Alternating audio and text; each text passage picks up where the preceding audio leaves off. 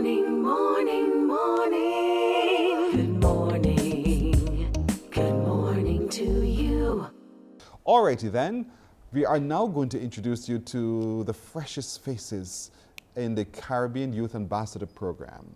Let me introduce you now to Megan Theobalds.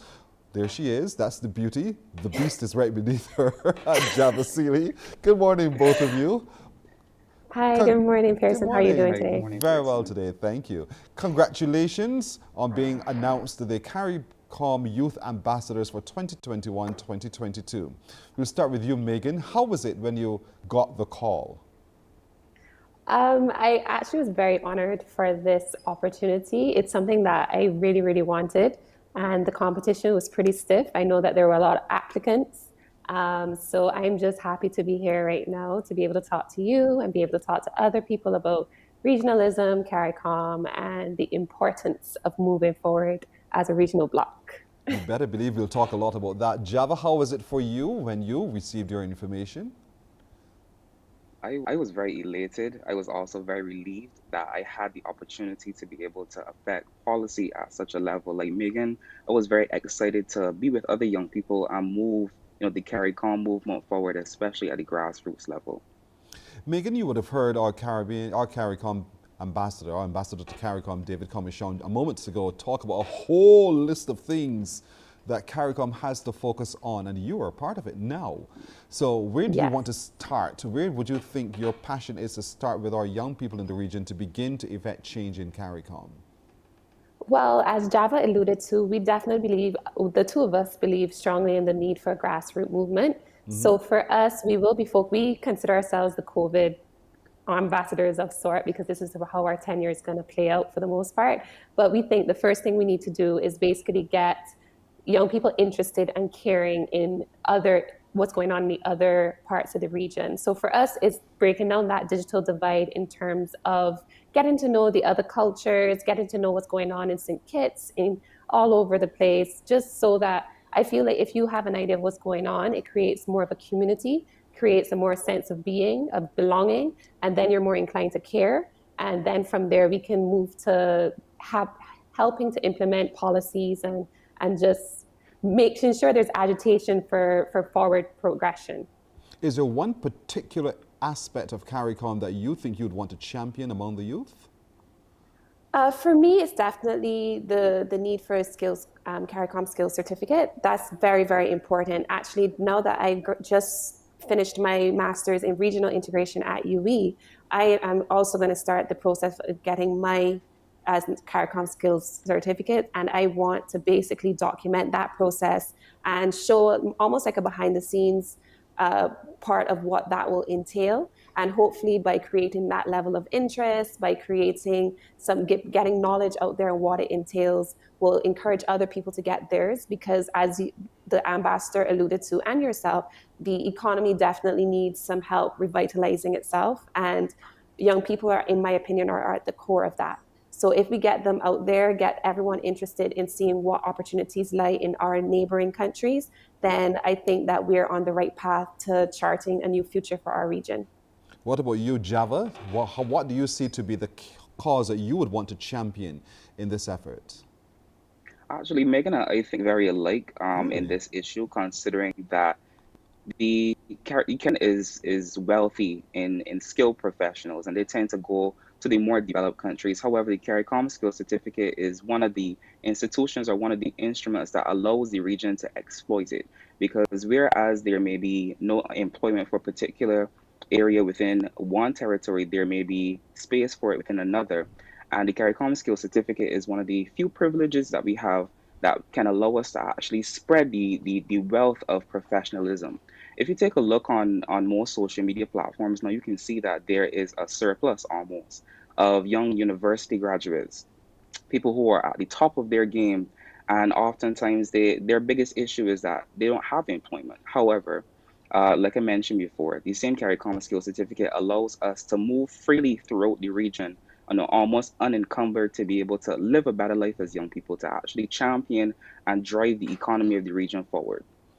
So step one, I understand that's your passion, the CARICOM Skills Certificate, and therefore the ability to be able to move into other jurisdictions and find employment. What now do we do to actually make it possible for young people to be able to make those movements? Who's going to take that one?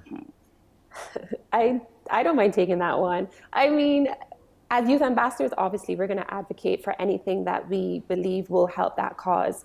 And while we can talk about 1,000,001 different policies, obviously, as young people, we also recognize we're hindered by regional travel in and of itself is a bit of a hindrance for us. And so it would be great if we could persuade policymakers to basically accommodate the youth in terms of travel. That if that looks like reduced taxes on tickets and airfare, that would be great. Developing other alternative means that are cheaper for travel, whether that is developing what has long been discussed in terms of a ferry system.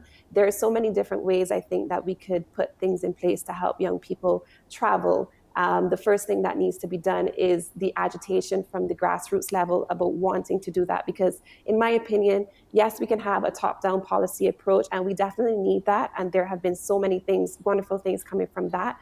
But to build on that legacy, I would love to see for us to have a grassroots movement where we at the bottom, well, not the bottom, but we, the community, agitate and put a little bit of, I don't want to say pressure, but we kind of look to our policymakers to follow through on things that we strongly believe in. So our role as youth ambassadors would be to help create that passion for various things. And hopefully that passion can then change into some sort of accountability, and then which would encourage our policymakers to take the next step.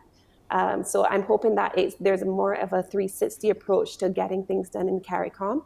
And that means that the youth need to stand up and advise what they want and be proud to say what they want and not be afraid to let their voices be heard. Java, there's concern generally across the Caribbean that there are not enough men going into tertiary education at the university, taking a course in some course of study at the University of the West Indies. And as a consequence, they're being lost in our society. What do you see to be a platform that you can take to respond to that concern? Well, that concern has been one I've watched it grow over a while. And I believe that the only way that you can really get into the minds of men, or I should say, the only way that we can drive the social transformation that we believe to bring a bit more balance is to get the young men from very young. However, the best way to actually start to maybe overturn that would be to go and actually see where young men are at. Now, for a lot of young men not to be in university or to be university graduates is not necessarily a problem because not everyone is very academically inclined. However, everybody does have a skill. So this is going to be not necessarily a long process, but it's going to be one that causes us to want to understand what the issue is, if there is an issue, and then we can address it more at the national level across the region, how we can coordinate our response to this issue. What about you, Megan? How do you see it? Are men really hiding behind the women in this instance, education? No, I wouldn't say that. I would say that, yes, the stats obviously speak to a discrepancy, which needs to be addressed. And for that, I think it needs to be a case of what are they interested in? Because I would say in terms of our education that there has been a history where we focus on certain topics over other topics. And maybe this is an opportunity to have our young people, especially our young men, exposed to other areas of education that might spark their interest a little bit more. So for me, and it would also tie into the needs of our economy. So for me, that looks like developing a high-tech agricultural sector as well as a blue economy that is full of high-paying, high-value output and job creation, so that we are not just creating jobs for a lower level of qualifications, but one that tests you and challenges you and has you thinking of innovative ways to make a change, especially as we try to navigate a post-COVID environment. So for me, it's more a case of embracing that there seems to be a discrepancy, as Java had alluded to, analyzing why that might be the case, and coming up with creative solutions which may result in a whole new sectorial development for the Caribbean at large. I am so excited to hear more from the voices of both of you. Megan Theobalds, Miss Barbados Universe. Yes, you think I hadn't noticed, right? And Java CD, a very young aspiring, two young aspiring Barbadians who are now Caribbean Youth Ambassadors, and I cannot wait to hear more of your opinions on so many other things that are affecting us as a region. So stand by for our calls when we reach out to you, okay?